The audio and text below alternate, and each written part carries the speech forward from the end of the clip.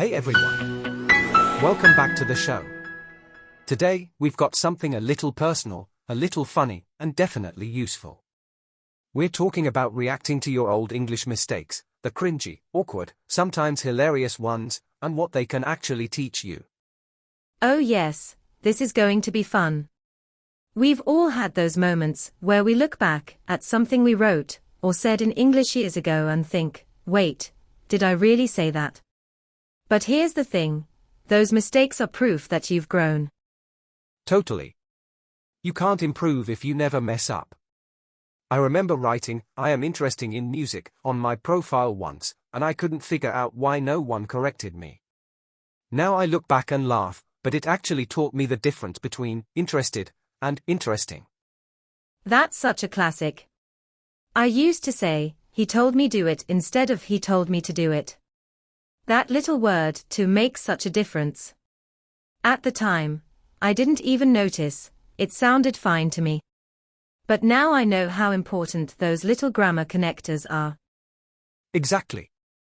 What I love about revisiting old mistakes is that it gives you a clear view of your progress. You might cringe a bit, but then you realize, wow, I've come a long way. It's like looking at old photos. You see how far you've come. And honestly, it's encouraging. Because even if you're still making mistakes now, that just means you're in the middle of your journey, not at the end. And here's the cool part, you can actually learn better by reflecting on your own mistakes than by just studying a grammar rule in a book. Because it's personal. You remember the emotion, the embarrassment maybe, and that memory sticks. Yes. That emotional connection helps it stay in your brain. And when you correct yourself later, you're much more likely to remember it the next time. Mistakes aren't failures, they're just signals pointing you in the right direction. And the best part? When you look back at your old writing or recordings, and you can now spot the mistakes without anyone telling you, that's proof you've leveled up. That's such a confidence booster. You realize that even though you didn't start perfect, you've been learning all along, sometimes without even noticing. So, if you've got old notebooks, messages, or voice recordings in English, go dig them up.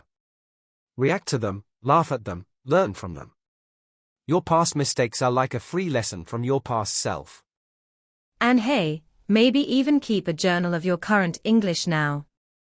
Because in a year or two, you're going to look back and say, wow, I'm so much better now. And that's the magic of growth. Actually, that's a great idea, Maya, keeping a record. You know, I started doing voice memos a couple of years ago where I just talked in English for 2 or 3 minutes a day.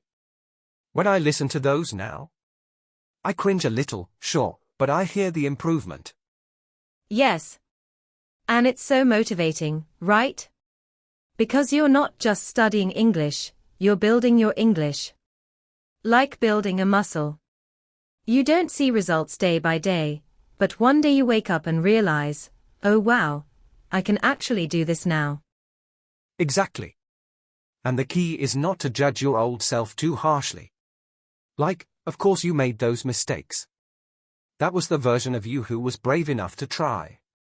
And that version deserves a round of applause. Absolutely. I think a lot of learners get stuck because they're too afraid to look silly or sound wrong. But if you're making 0 mistakes, you're probably not using the language at all. Because learning is messy, and that's okay. I wish more people celebrated their mistakes. Like, imagine if someone said, hey, I totally said I have 25 years old in front of everyone today, and everyone just clapped and said, congrats. You're learning. Ha, yes. That should be a thing. Because honestly, when you make a mistake out loud, you also open the door for correction, for feedback, and sometimes even for connection. I've had people correct me kindly, and it led to a great conversation, and sometimes even a friendship. Right? It creates a moment. And sometimes, people actually appreciate that you're trying to speak their language. They admire the effort, not the perfection. Also, old mistakes can teach you your patterns. Like, If you see that you kept confusing past tense verbs or articles, then boom, you know what to focus on next. It's like looking at your own learning blueprint. Exactly, it's data. It's not something to be ashamed of, it's useful. And it reminds you that every mistake is just a stepping stone to fluency. And I think one of the best exercises is to actually rewrite your old sentences the correct way. Like, take something you wrote in 2019 and upgrade it with what you know now. It's such a powerful way to see your own transformation. Ooh, yes. That's a great tip. And if you're feeling brave, you could even record yourself reading the old version and then the new one. You'll hear the difference not just in grammar or vocabulary, but even in your confidence. Yes, confidence shows through your voice. And when you realize that you've grown, you start trusting yourself more. That self-trust is what helps you speak up, join conversations, and not panic when you forget a word. That's true. And actually, speaking of forgetting words, that used to scare me so much. But then I realized even native speakers forget words. We pause, we say, what's the word, and we still keep going. So it's totally normal. Exactly. Mistakes aren't just okay, they're normal. They're expected. And the more we normalize that, the more relaxed and natural learning becomes. You know, one of my students once said, I don't want to sound like I'm learning. I want to sound fluent. And I told her, you are fluent in learning. Fluency isn't a finish line. It's a flow. She smiled and said that made her feel better. That's such a beautiful way to put it, fluent in learning. It's a mindset. You can make mistakes and still be growing. You can say something wrong and still be communicating. That's the heart of language, connection, not perfection. Yes. And honestly, if you're not making mistakes, you're probably staying too safe. So I always encourage learners, go back, review your past mistakes, and celebrate how far you've come. Because your progress deserves to be seen. And let's be honest, sometimes those old mistakes are kind of funny. Like when I first started learning English, I once said, I am boring instead of I am bored. People laughed, but in a nice way. And I never forgot that correction after that. Haha, same here. I once said, I cooked my ankle instead of, I twisted my ankle. Everyone was like, wait, you cooked it. It was hilarious, and also super effective. That mistake stuck in my memory forever. Exactly. Sometimes laughter helps the learning stick better than a textbook ever could. That's the beauty of real-life practice. It gives the language personality. Yes. And the truth is, your old mistakes are proof that you were brave enough to use the language. They are a badge of courage. Without them, there's no progress. Right? If you wait to be perfect before you speak, you'll be waiting forever. But if you speak and make mistakes, you'll actually get closer to that fluency you want so badly. So maybe the challenge is this, instead of avoiding mistakes, try to collect them. Like, make it your goal to make 10 mistakes this week, and learn from each one. It'll change how you see failure. I love that idea. Because when you shift your mindset like that, English stops being a test, and starts becoming an adventure. You stop hiding from the language and start playing with it. Yes, exactly. It becomes something you live, not something you're just trying to get right. And honestly, I think that's when the real learning begins. You know what else helps? Sharing your mistakes with other learners. There's something really powerful about saying, hey, I used to say this wrong too, and then laughing about it together. Totally agree. It creates community, right? It makes learning feel less lonely. Like, you realize, oh, I'm not the only one who said he go instead of he goes. Exactly. When we hide our mistakes, we miss out on those shared experiences. But when we talk about them, we learn faster, and we feel more supported. It's kind of like being part of a gym, you know? Nobody walks into a gym on day one and expects to lift 100 kilos. We know it takes representatives, sweat, and yes, mistakes in form. But we keep going. That's such a great analogy. And just like in the gym, some days you feel strong, and some days you feel tired. But progress still happens. Even if it's small. Even if it's invisible at first. Absolutely. And I think people often underestimate the power of those small wins. Like understanding a new accent, or finally using a new word in conversation without thinking too hard. Those things matter. They do. And those little victories often show up right after a mistake. Because that's when you're paying attention. That's when your brain says, oh. So that's how it works. So maybe, when you look back at your old English journals, or recordings, or text messages, and you cringe, maybe you should smile instead. Because that cringe means you've grown. Yes. If you never cringe at your past work, maybe you haven't pushed yourself hard enough yet. That discomfort. It's a sign of transformation. So true. And that's why reacting to your old mistakes shouldn't be about shame, it should be about celebrating your journey. You're not the same learner you were back then. You've leveled up. And the cool thing is, every level of your English reflects a different version of you. Your old mistakes. That was version 1.0. Now you're maybe at 3.0 or 5.0, and it only keeps improving. Exactly. I always tell my students, don't delete your old notes, or voice recordings, or grammar books full of scribbles. They are like a time capsule of how far you've come. Yes. It's like your personal learning diary. You can flip through it and see the mindset you had, the mistakes you made, and the breakthroughs that came right after. It's so inspiring. And let's not forget, those mistakes actually teach you more than perfect sentences ever could. When you get something wrong and correct it, your brain locks it in deeper. That's why I always say, celebrate your mistakes. Seriously, like, throw a little mental party. Woohoo, I said I have 25 years again. Now I know it should be, I'm 25. And next time, you'll remember. I love that. And it's also about self-kindness. We're so quick to be hard on ourselves, but language learning is not supposed to be punishment, it's growth. It's creativity. It's identity. Yes. It's not just about learning English, it's about becoming someone new. Someone who's confident, expressive, open to challenges, and brave enough to sound imperfect. That's what fluency really is. Not zero mistakes, but zero fear of making them. When you reach that point, you're free to explore, connect, and enjoy the ride. And you know what's really interesting? When you stop fearing mistakes, you actually start learning faster. Because you're no longer wasting mental energy on what if I mess up. You're just focused on communicating. Yes, and that's when the magic happens. You start speaking more.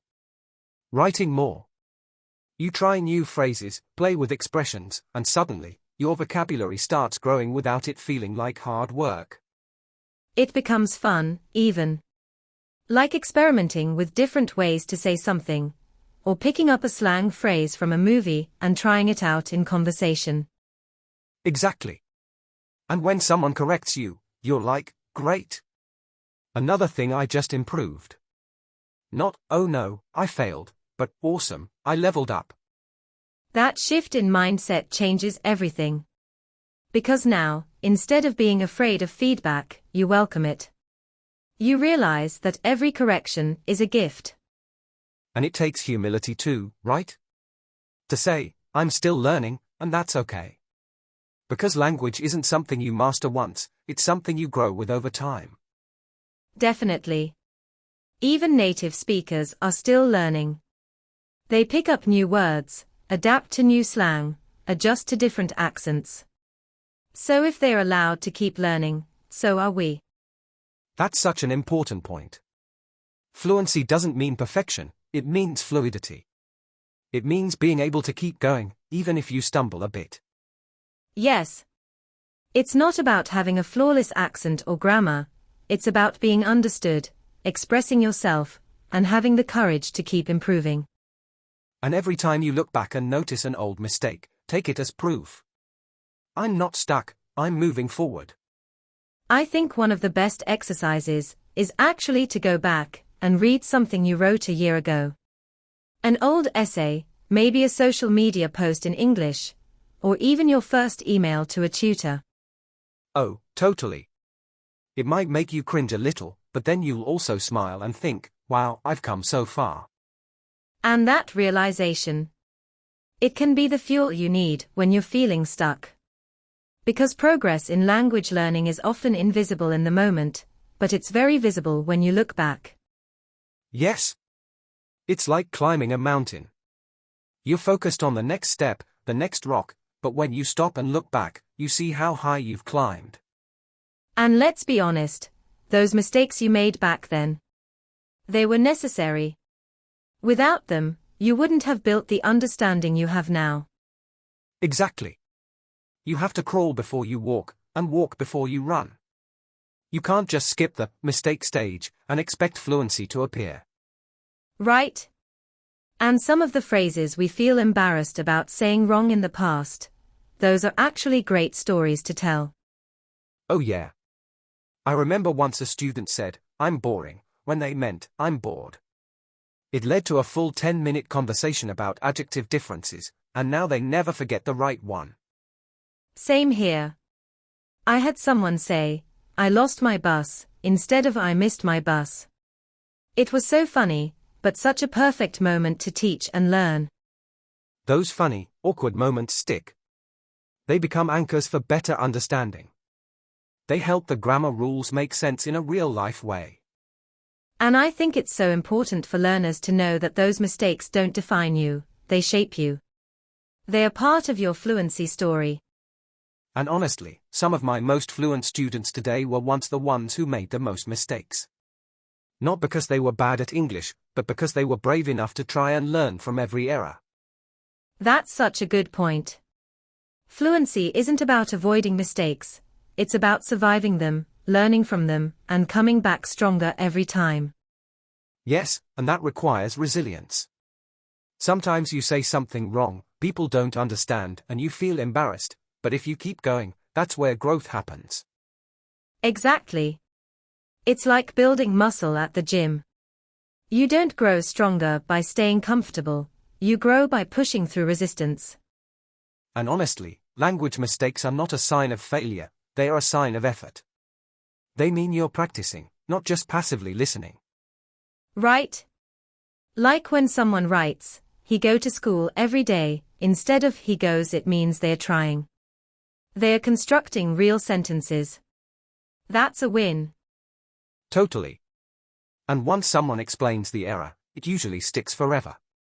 You get it on a deeper level because you experienced it. And once you've made it through enough of those small correction moments, they start to turn into confidence. You're less scared, more fluent, and even proud of how far you've come. I love that. So to everyone listening, don't be afraid to be wrong. Be afraid of staying silent and never trying. Yes. The only real mistake is thinking you have to be perfect before you speak. Just start where you are, and trust that every mistake is actually progress in disguise. And it helps to write things down too. Keep a little notebook or even a digital note on your phone where you write the mistakes you've made and what you've learned from them. Yes. It turns your mistakes into a personal learning guide. It's like creating your own textbook, customized just for you. And it's more memorable because it came from your experience. You're not just reading rules, you're seeing how they apply to your life. And you can even turn it into a motivation booster. Like, when you're feeling stuck, look at all those mistakes you used to make that you don't make anymore. That's so powerful. It shifts your mindset from, "I'm not fluent yet," to, "Look at how far I've come." Because honestly, every fluent speaker you admire today once said things like "I goat," or "she don't like." We all started somewhere. Absolutely. Even native speakers had to go through that in childhood. They made grammar mistakes for years and were gently corrected. And yet, when adults learn a second language, they expect to get it right instantly. That's just not fair to ourselves. Not at all. We have to give ourselves permission to be beginners, to grow, and to enjoy the messy, beautiful process of learning. And remember, confidence doesn't come after you become fluent. It comes from being willing to speak even when you're not fluent yet. Exactly. It's that courage to speak, even when you're not perfect, that really builds fluency. So, to wrap it up, embrace your mistakes. Learn from them, laugh at them, and keep moving forward. They are stepping stones to your fluency. Remember, progress doesn't happen in perfection, it happens in the process. So celebrate your errors, because they are proof that you're learning and growing. Thank you all for joining us today. We hope this episode inspires you to view your mistakes in a new light, and use them as fuel for your English journey. We'll catch you in the next episode, where we'll dive into more tips and stories to help you on your path to English fluency. Until then, keep speaking, keep learning, and remember, every mistake brings you closer to your goal.